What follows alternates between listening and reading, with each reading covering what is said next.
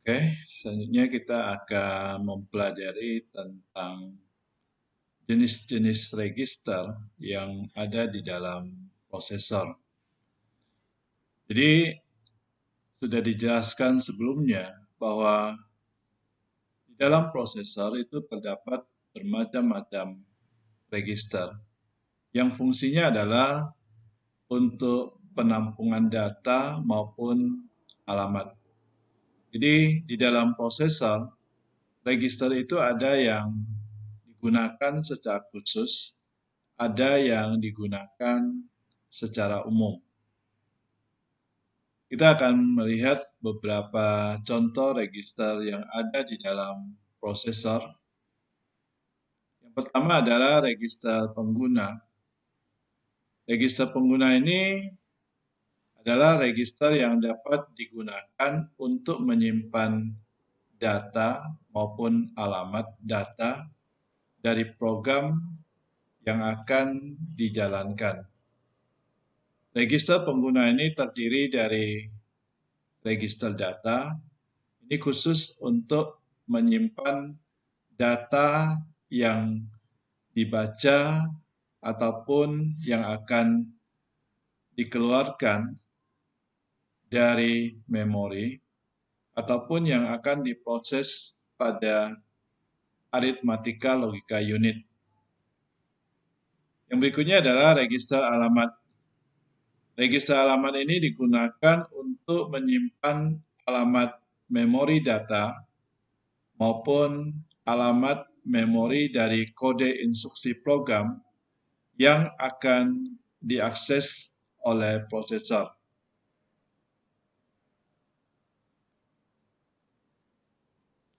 Berikutnya adalah register status dan kontrol. Register status dan kontrol ini adalah register yang digunakan untuk mengontrol eksekusi kode instruksi program. Jadi ini khusus untuk mengontrol eksekusi dari kode instruksi atau perintah-perintah yang kita tuliskan pada program komputer. Register status dan kontrol terdiri dari yang pertama adalah register penghitung atau lebih sering kita sebut dengan program counter. Fungsi daripada register program counter ini adalah untuk menyimpan alamat memori dari kode instruksi yang sedang dieksekusi. Jadi perlu dipahami di sini bahwa untuk menjalankan sebuah program, program itu akan dimasukkan ke dalam alamat memori yang tersedia. Setiap instruksi dari program akan memiliki satu alamat tersendiri. Setiap alamat ini akan dikendalikan oleh program counter untuk menentukan alamat memori dari kode instruksi mana yang akan dieksekusi. Itulah gunanya daripada register program counter ini. Jadi setiap kali sebuah instruksi sudah dilaksanakan, maka nilai di dalam program counter itu akan berubah sesuai dengan alamat berikutnya dari kode instruksi yang akan dieksekusi. Berikutnya adalah register segmen kode instruksi. Register segmen kode instruksi ini fungsinya untuk menyimpan alamat segmen memori dari kode instruksi yang sedang dieksekusi. Jadi sebenarnya register segmen ini bukan hanya menyimpan alamat, tapi juga membuat alamat segmen untuk kode instruksi yang akan dieksekusi. Setelah dibuat, kemudian akan disimpan di dalam register segmen kode instruksi ini. Sehingga nanti pada saat prosesor akan menjalankan instruksi tersebut, bisa dicek pada register segmen kode instruksi. Kemudian berikutnya adalah register instruksi. Register instruksi ini khusus untuk menyimpan kode instruksi yang sedang atau akan dieksekusi. Jadi setiap kali sebuah instruksi sudah diambil dari memori utama, maka instruksi tersebut akan disimpan terlebih dahulu ke dalam register instruksi sebelum dieksekusi oleh prosesor. Setelah sampai di register instruksi, barulah prosesor akan mengambil instruksi tersebut untuk dieksekusi. Jadi register ini khusus menyimpan kode instruksi yang sedang atau akan dieksekusi tersebut. Kode instruksi ini dibaca dari memori fisik, yaitu dari RAM-nya, menggunakan alamat yang sudah ditentukan oleh program counter maupun register segmen kode instruksi. Register berikutnya adalah register status atau flag register. Register ini menyimpan sejumlah status dari hasil eksekusi kode instruksi yang sedang berlangsung. Misalnya di sini adalah jika terjadi pembagian dengan bilangan 0, maka kode tersebut akan mencatat di dalam register status. Biasanya kalau di dalam sistem komputer, apabila ada terjadi pembagian dengan bilangan 0, maka akan memunculkan pesan kesalahan. Karena seperti yang kita ketahui bahwa bilangan itu tidak bisa dibagi dengan 0, karena akan tak terdefinisi. Jadi selain untuk mencatat status seperti itu, misalnya dalam proses perhitungan didapatkan hasilnya 0, maka register status khususnya adalah zero flag itu akan bernilai 1.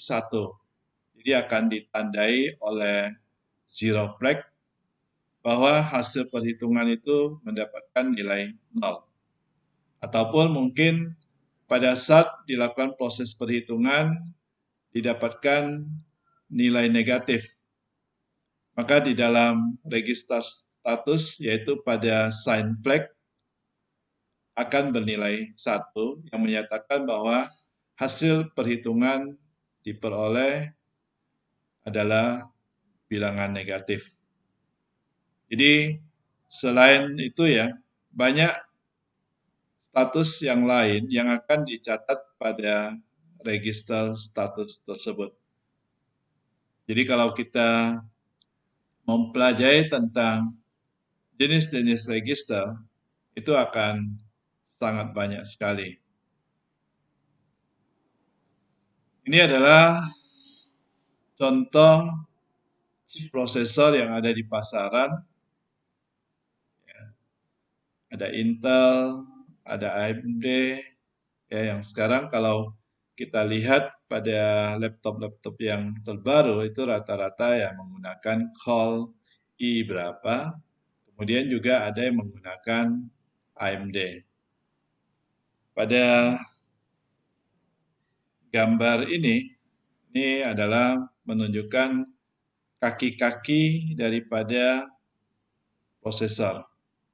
Jadi kaki yang ada di prosesor ini sangat halus sekali.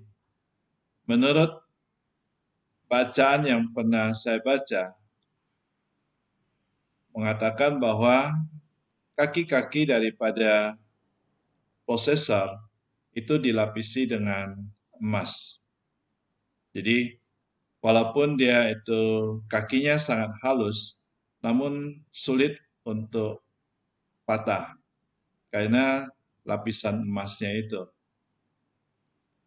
Demikian juga soketnya. Ini adalah soket daripada prosesor. Jadi kalau misalnya kita ingin memasang sebuah chip prosesor pada motherboard, maka prosesor itu kita tinggal pasangkan pada soketnya. Masing-masing soket itu memiliki bentuk yang berbeda, jadi dikhususkan untuk chip prosesor tertentu. Seperti ini ada bagian lekukannya. Ini untuk memberikan tanda cara memasang prosesornya, sehingga pada saat kita memasang prosesor itu tidak akan terbalik. Jadi sudah ada lekukannya ini untuk menandai bahwa bagian di sini adalah untuk bagian ini. Sedangkan bagian ini dipasangkan di sini. Sehingga pada saat memasangnya itu akan mudah kita lakukan. Oke, ini contoh-contoh prosesor. Jadi apabila ingin memahami lebih banyak tentang jenis-jenis prosesor ini bisa dicari ya di internet. Kemudian berikutnya adalah memori utama. Memori utama ini adalah tempat untuk penyimpanan utama dari kode-kode instruksi maupun data program yang akan dijalankan maupun sedang dijalankan. Memori utama menampung kode-kode instruksi yang akan segera dieksekusi, yang akan disalin ke dalam register prosesor. Jadi kalau data, maka akan disalin ke register data, kemudian kalau instruksi akan disalin ke register instruksi.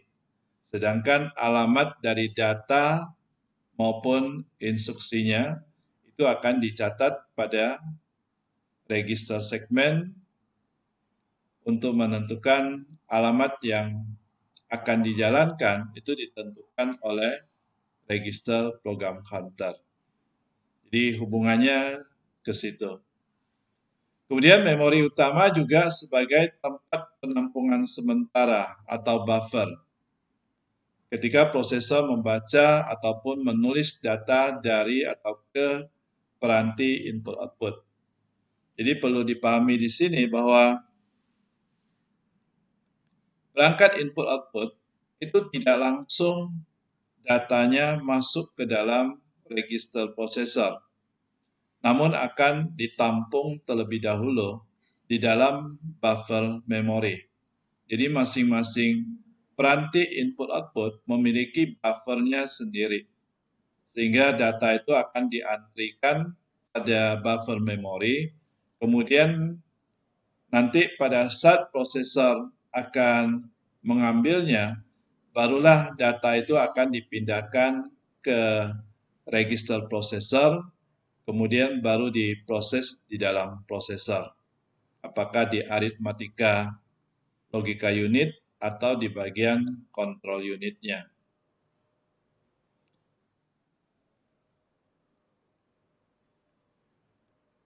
Secara umum, memori utama itu dibagi menjadi dua bagian. Yang pertama yang disebut dengan ROM atau read only memory. ROM di sini adalah memori yang hanya dapat dibaca saja.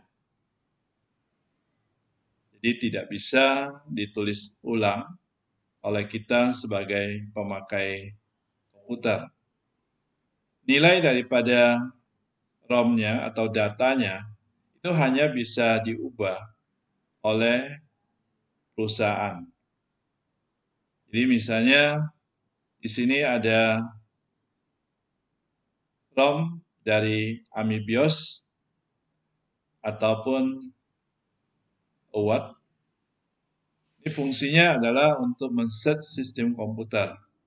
Jadi biasanya di dalam ROM tersebut adalah berupa BIOS.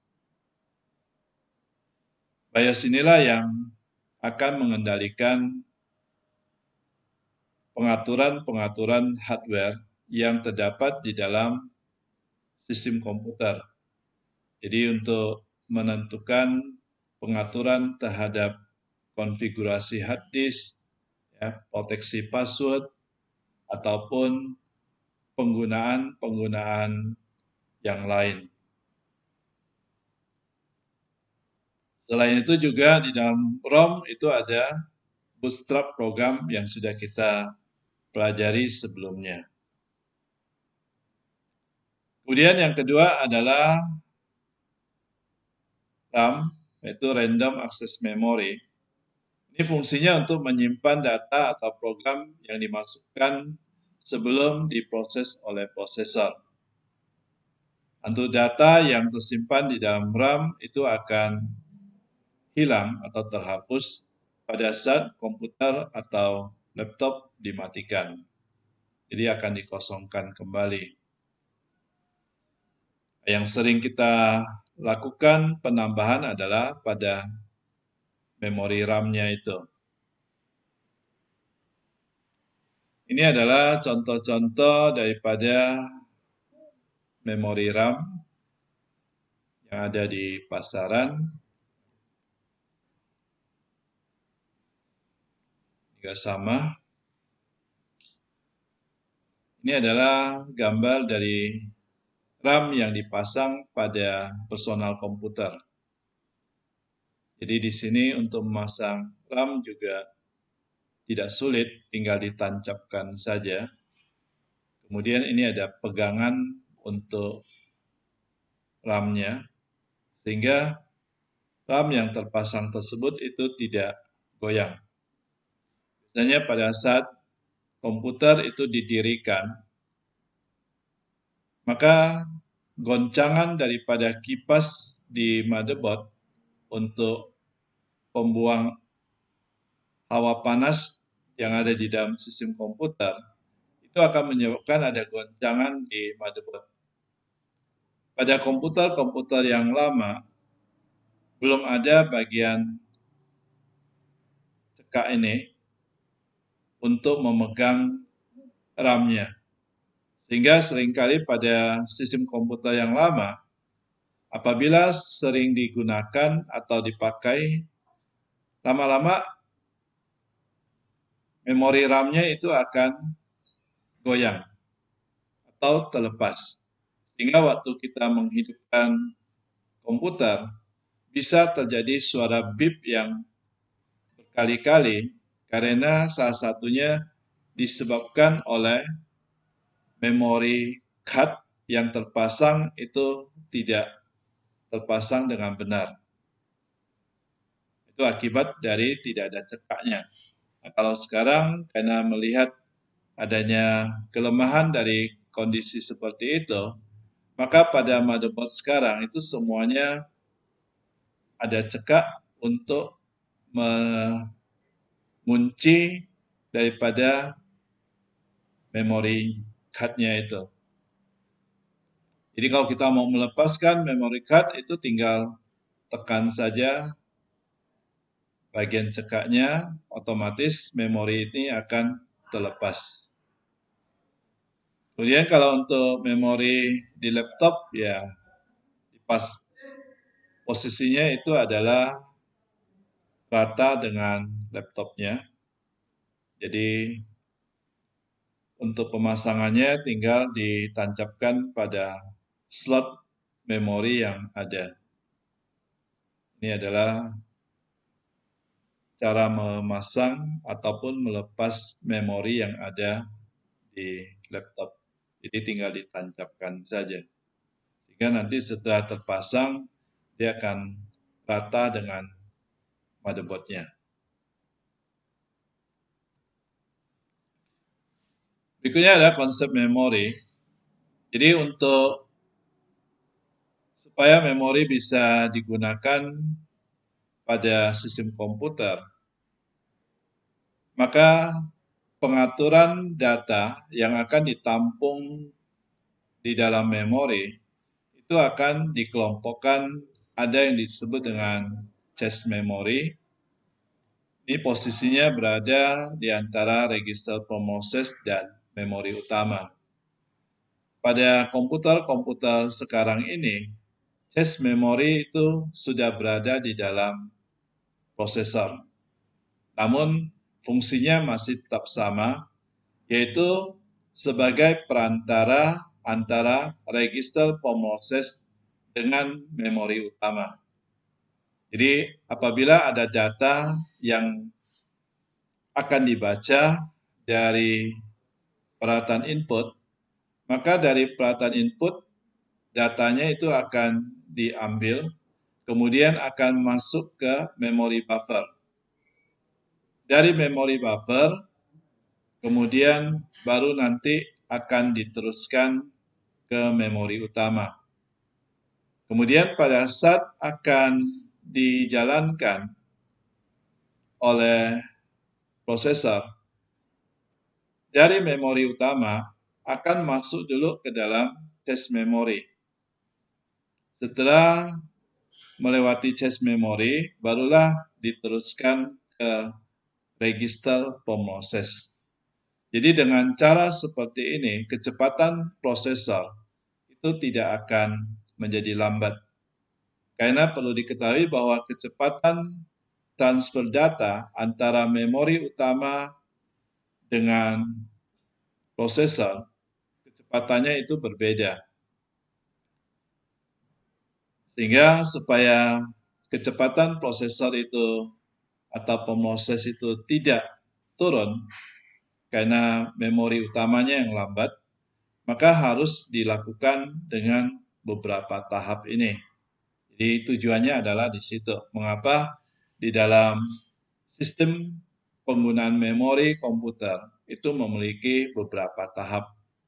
Demikian juga nanti pada saat sebuah data akan dikeluarkan dari pemroses ke memori ataupun ke output, maka dari pemroses itu akan masuk ke register pemroses, kemudian setelah itu dari register pemroses baru masuk ke dalam cache memory, dari cache memory kemudian ditampung sementara pada memori buffer, barulah nanti akan dikeluarkan pada output. Itulah sebenarnya di sini untuk kecepatan tinggi maka diperlukan ada cache memory. Kemudian ada juga buffering, ya.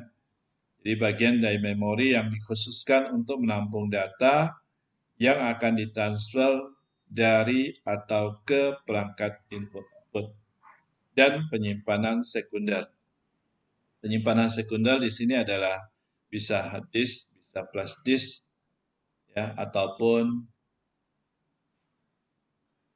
disk drive. Jadi kalau kita lihat penyimpanan sekunder ini, kecepatan transfer datanya itu yang paling lambat dibandingkan dengan memori RAM maupun register.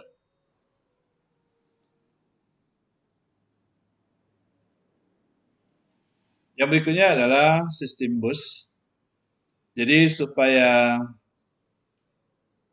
antara prosesor dengan perangkat input-output dan memori itu bisa ada komunikasinya, maka di dalam sistem komputer terdiri dari beberapa macam sistem bus. Yang pertama adalah bus kendali. Bus kendali di sini fungsinya untuk jalur komunikasi informasi kendali dari prosesor ke komponen yang lainnya, ke perangkat yang lainnya. Jadi seperti yang sudah dibahas pada awal pertemuan bahwa prosesor mengendalikan perangkat input-output maupun memori. Jadi supaya bisa dikendalikan, maka harus ada bus kendali ini. Jadi dengan adanya bus kendali ini akan menentukan komponen mana yang akan aktif dan modus operasi apa yang akan dijalankan. Misalnya, apakah operasi pembacaan atau penulisan. Bus ini bersifat dua arah. Jadi ada bus kendali di sini, ada yang 4 sampai 10 jalur sinyal paralel. Jadi bisa sekaligus kirim. Sinyal bus kendali antara lain ya misalnya untuk memory read, artinya pembacaan dari memori. Kemudian ada memory write, itu berarti akan menyimpan data ke memori. Kemudian pembacaan input, output, kemudian penulisan input-output maupun operasi-operasi yang lain. Jadi semuanya yang berhubungan dengan pengendalian pada perangkat-perangkat yang ada di dalam sistem komputer.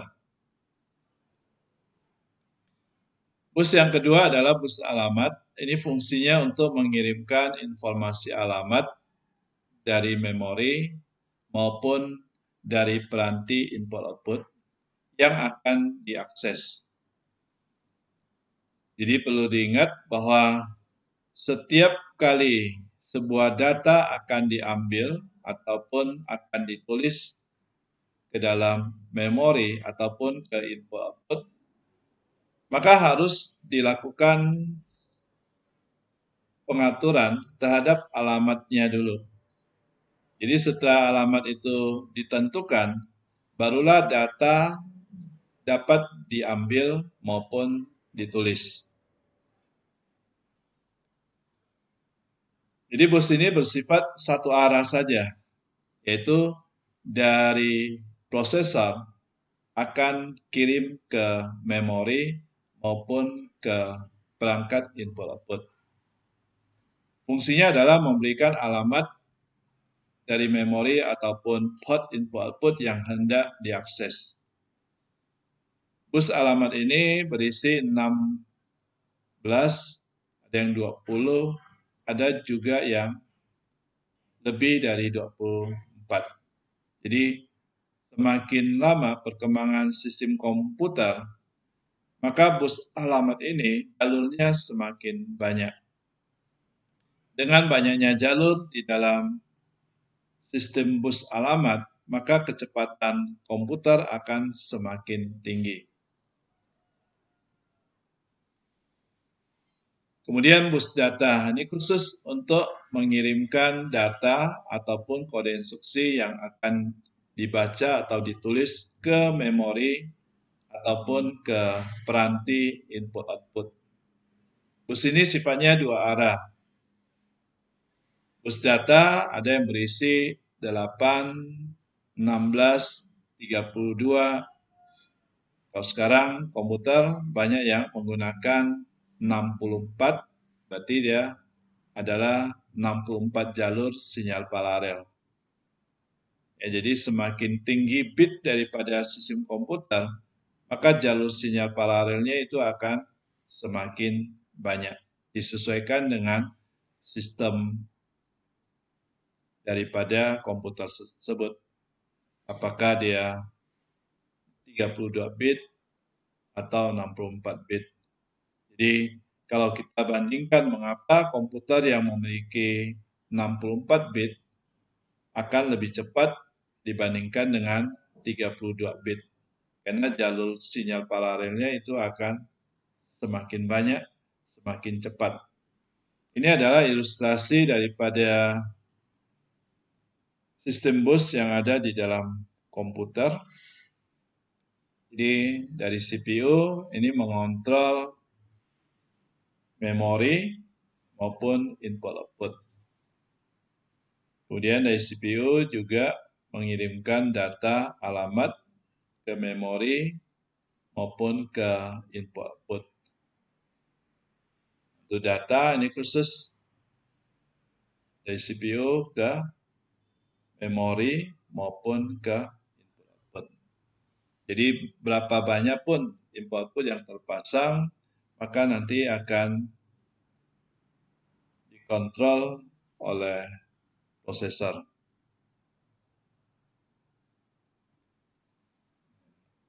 Contoh bus yang ada di personal komputer ataupun di laptop ada yang disebut dengan ISA, MCA, EISA, PL bus, PCI, AGP, USB. Pada komputer-komputer sekarang ya kemungkinan yang kita kenal kebanyakan adalah menggunakan PCI dan USB. Jadi kalau AGP ini khusus. AGP ini khusus untuk penanganan terhadap grafik saja. Jadi kalau kita memasang grafik VGA card untuk komputer kita, ada yang khusus menggunakan AGP karena pada sistem bus AGP kecepatan transfer datanya itu memiliki sistem chip sendiri supaya kecepatan grafiknya itu lebih cepat. Kalau kita menggunakan PCI untuk memasang grafik card atau VGA card-nya, biasanya penggunaan PCI itu sifatnya adalah menggunakan kecepatan daripada transfer yang ada di prosesor. Sedangkan kalau AGP dia memiliki prosesor sendiri untuk card-nya, sehingga kecepatan aksesnya itu lebih cepat. Biasanya sih penggunaan AGP ini dipakai pada komputer yang untuk game. Jadi untuk gamer komputer itu menggunakan graphic card yang memiliki prosesornya sendiri. Sehingga kecepatan akses pada prosesor grafiknya itu lebih cepat. Sehingga tampilan pergerakan pada layar grafik itu akan lebih cepat dibandingkan dengan graphic card yang dipasang pada PCI. Sedangkan kalau USB itu ya sekarang rata-rata laptop ataupun komputer menggunakan USB. Tujuannya adalah untuk menghubungkan dengan perangkat input-output yang memiliki kecepatan rendah seperti mouse, keyboard, ataupun printer. Itu ada penggunaan USB-nya ataupun menggunakan flash disk. Itu juga bisa ditancapkan pada USB. Itu menunjukkan bahwa kecepatan transfer data pada USB dikhususkan untuk peralatan-peralatan yang memiliki kecepatan transfer yang lambat. Itulah kegunaannya. Untuk lebih jelasnya bisa dicoba mencari informasi tambahan pada jaringan internet.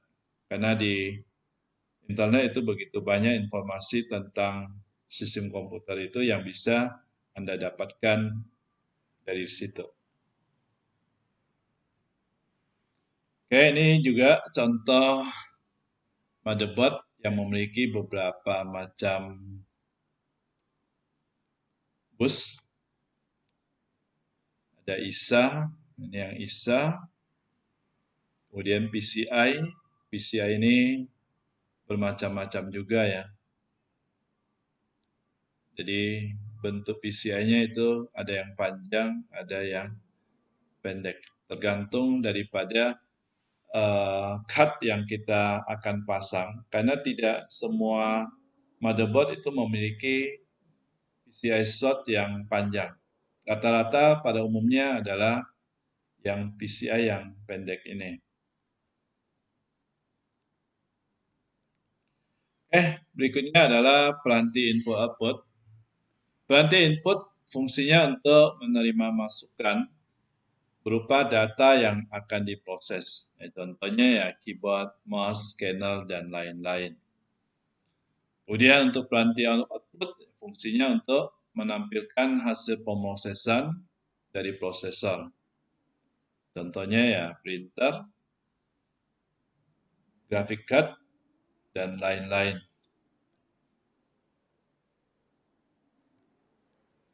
Selanjutnya adalah software. Software ini merupakan perangkat lunak yang disertakan pada perangkat keras dari vendornya.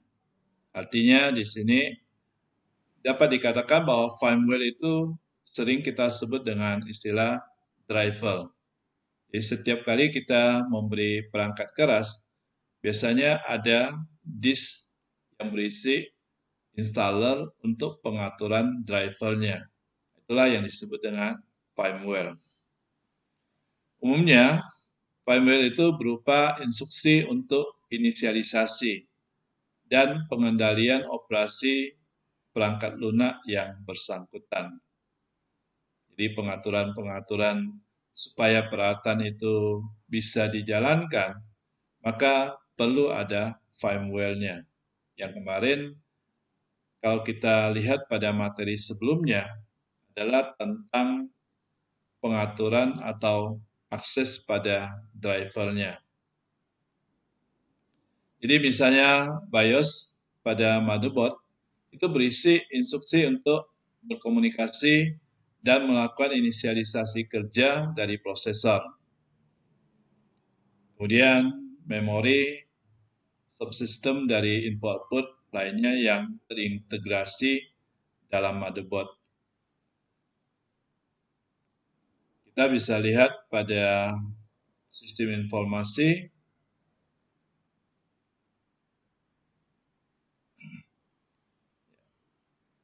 jadi pada hardware di sini semuanya akan terdapat input-outputnya ada drivernya.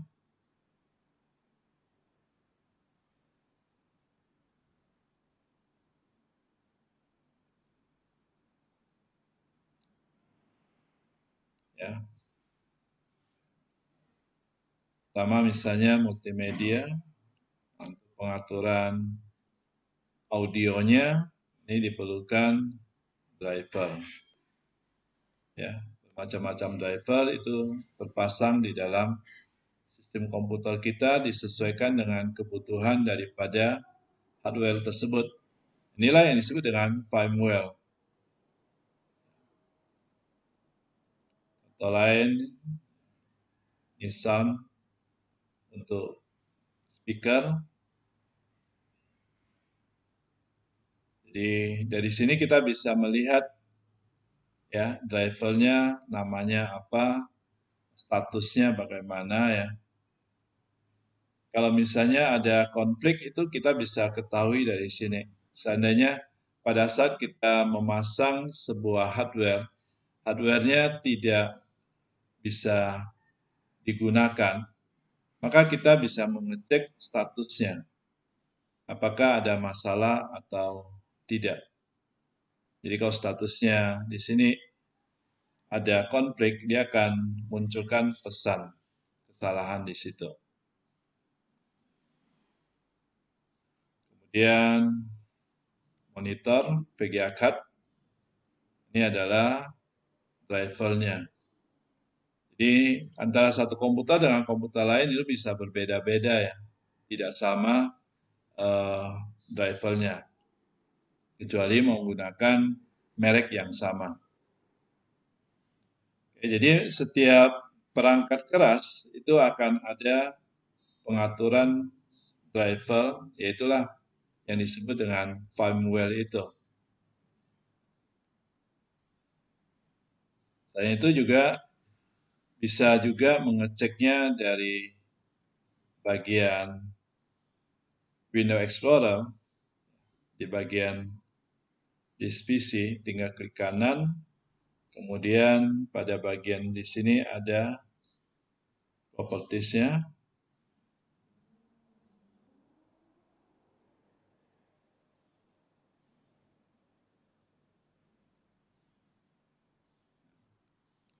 Jadi dengan mengklik properties ini, sistem itu akan ditampilkan. Di sini ada device manager, ini khusus yang mengatur tentang hardware yang terpasang di dalam komputer kita. Jadi Jadi dari sini juga kita bisa mengetahui hardware-hardware yang terpasang apakah ada permasalahan atau tidak. Jadi kalau di sini lebih mudah memantaunya apabila ada kesalahan pada hardware yang terpasang, biasanya ada lingkaran warna merah pada hardware tersebut.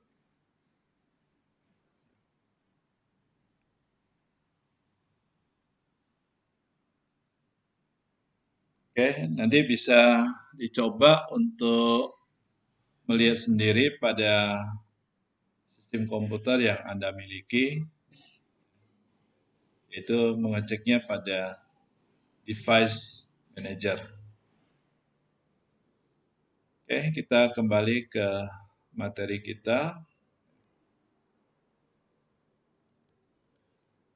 Berikutnya adalah sistem operasi. Software yang kedua adalah sistem operasi. Sistem operasi ini adalah tempat komponen dari perangkat lunak yang fungsinya untuk mengelola seluruh komponen dan sumber daya komputer, baik fisik maupun non-fisik. Non-fisik maksudnya di sini adalah data, berupa file segala macam. Tujuannya adalah untuk supaya bisa bekerja secara optimal. Jadi sistem operasi itu bertanggung jawab untuk menyediakan antarmuka atau sering kita sebut dengan interface bagi pengguna maupun program aplikasi. Kita bisa menggunakan komputer karena ada sistem operasi. Dengan adanya sistem operasi, kita bisa melihat tampilan daripada hardware, kondisinya seperti apa, pengaturan-pengaturannya, maupun pada saat kita menjalankan program-program aplikasi, kita bisa langsung melihatnya. Itulah gunanya sistem operasi itu di situ. Jadi dia bertanggung jawab untuk menyediakan interface-nya itu. Jadi dengan adanya sistem operasi, kita tidak perlu pusing lagi dengan pengaturan-pengaturan langsung ke dalam sistem komputer ataupun terhadap program-program aplikasi yang akan kita gunakan. Lain halnya pada sistem generasi komputer yang lama, di mana pada saat itu untuk menggunakan peralatan-peralatan yang ada, maka seorang pemakai komputer harus menguasai bahasa mesin. Barulah dia bisa mengontrol hardware-nya. Ataupun ingin menjalankan program yang ada di komputer. Maka seorang pengguna itu harus bisa bahasa mesin. Atau setidaknya mereka bisa menguasai yang namanya bahasa assembly. Karena bahasa assembly itu ya bahasa yang mendekati bahasa mesin.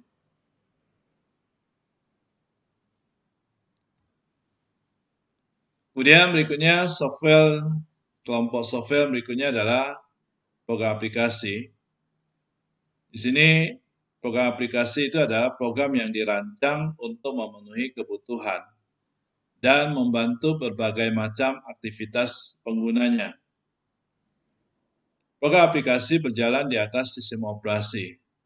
Artinya, eksekusi program aplikasi difasilitasi dan diatur oleh sistem operasi. Itulah sebabnya ya, mengapa program aplikasi yang dirancang untuk Windows hanya bisa dijalankan di sistem operasi Windows saja. Ataupun program-program aplikasi yang dirancang khusus untuk Linux hanya bisa dipakai di Linux saja. Kita tidak bisa menjalankan sistem operasi yang tertentu pada komputer tertentu juga. Misalnya kita ingin pakai sistem operasi Macintosh, itu tidak akan bisa kita install pada komputer yang sifatnya itu tidak bisa untuk pemakaian Macintosh. Jadi boleh dikatakan bahwa setiap sistem operasi itu dirancang untuk perangkat-perangkat tertentu.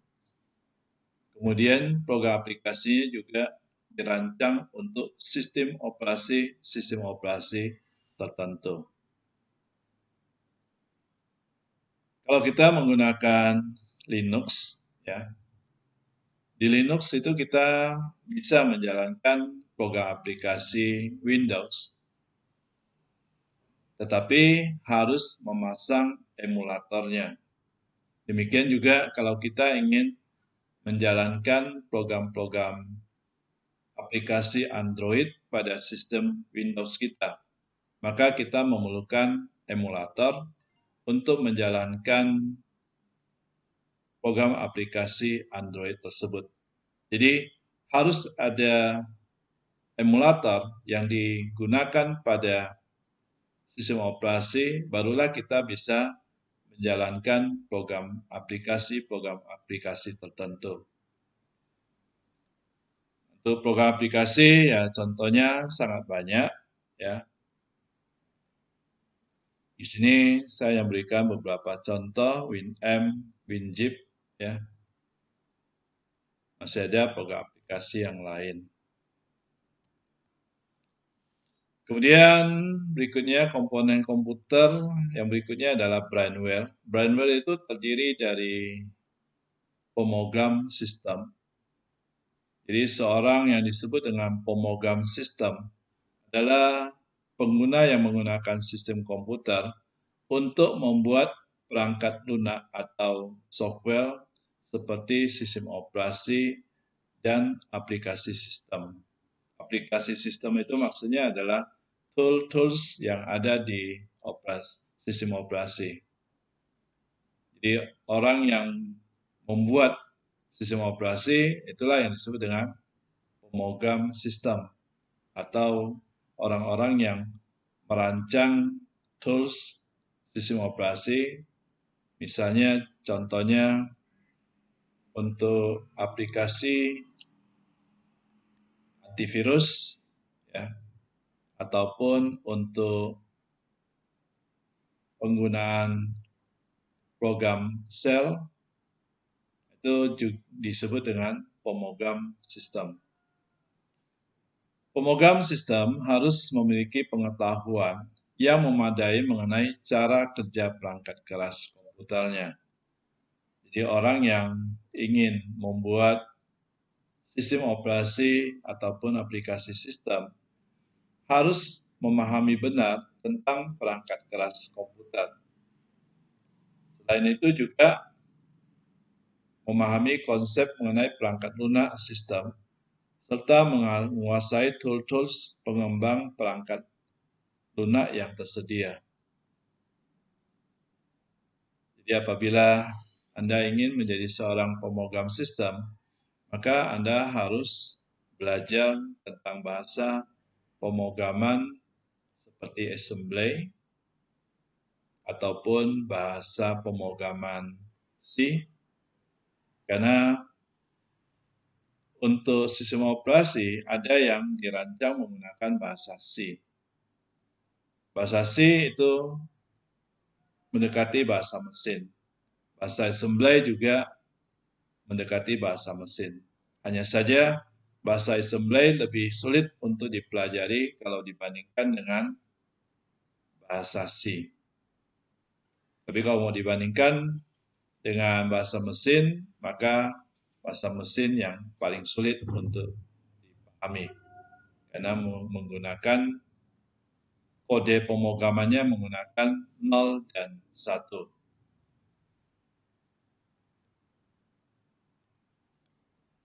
Berikutnya, komponen komputer yang berikutnya brainware sebagai pemrogram aplikasi. Jadi ini adalah pengguna sistem komputer yang membuat aplikasi-aplikasi yang dijalankan di atas sistem operasi. Setiap program aplikasi yang dibuat itu untuk menyelesaikan permasalahan tertentu. Jadi contoh di sini Microsoft Word. Ini adalah aplikasi yang khusus untuk pengolahan dokumen atau biasa disebut dengan pengolahan kata. Microsoft Excel khusus untuk pengolahan tabular atau perhitungan akuntansi segala macam.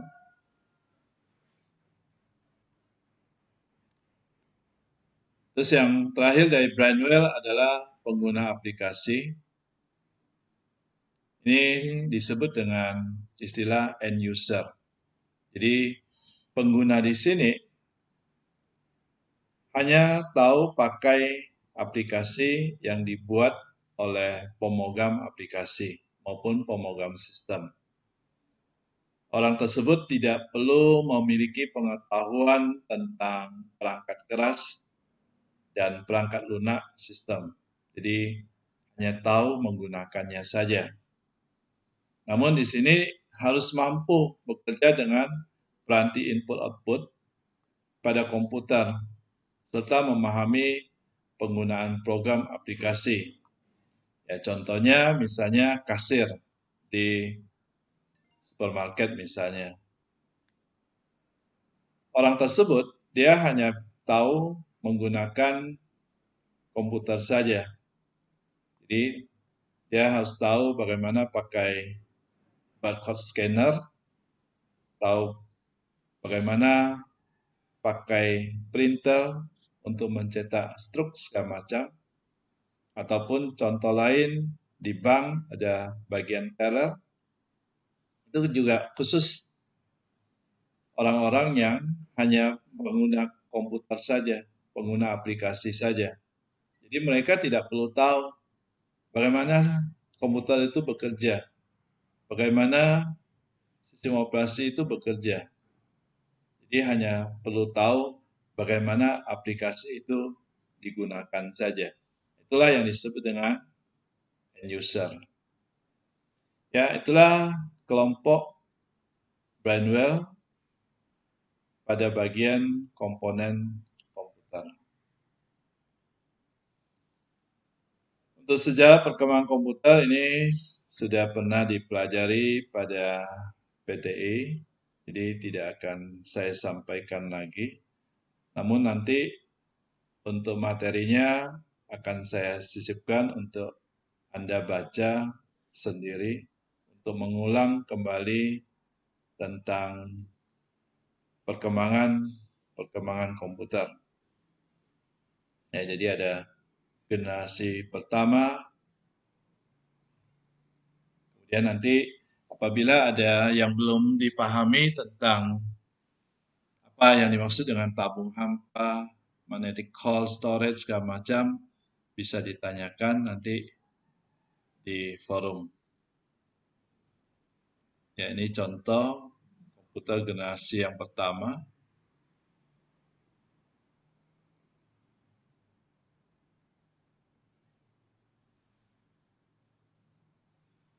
Kemudian generasi komputer yang kedua, ini ciri-cirinya.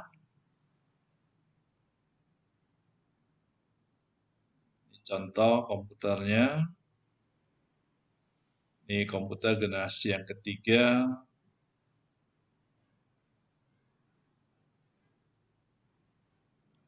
Contohnya. Kemudian generasi yang keempat. Setelah generasi keempat ini, pada buku-buku komputer itu tidak jelaskan generasi yang kelima dan seterusnya.